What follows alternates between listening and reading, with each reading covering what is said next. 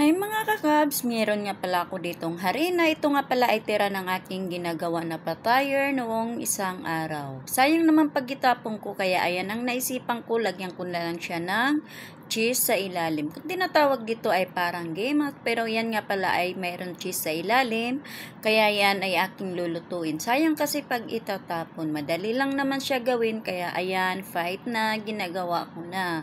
At yan naman ay pagkatapos dyan, magawa rin ako ng kanyang pantoppings. Ang akin lang naman ay gagawin ay condense at saka lagyan ko lang siya ng gerfa, or hindi ko alam kung ano ang tawag noon. Ayan nga pala ay natapos na, nagawa ko ng sauce. Ayan nga pala yung aking ginagawang sauce. Ayan nga pala ay powder cinnamon. At yan ay nilagyan ko lang siya ng condense. Yan nga pala ay akin-akin lang. Ginagawa ko lang ng ako lang.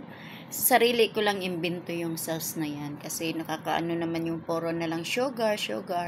Ayan, first time ko talaga gawin yan. At yan nga pala ay akin lang itatoppings dyan. Kasi ngayon nga pala ay Huwebes.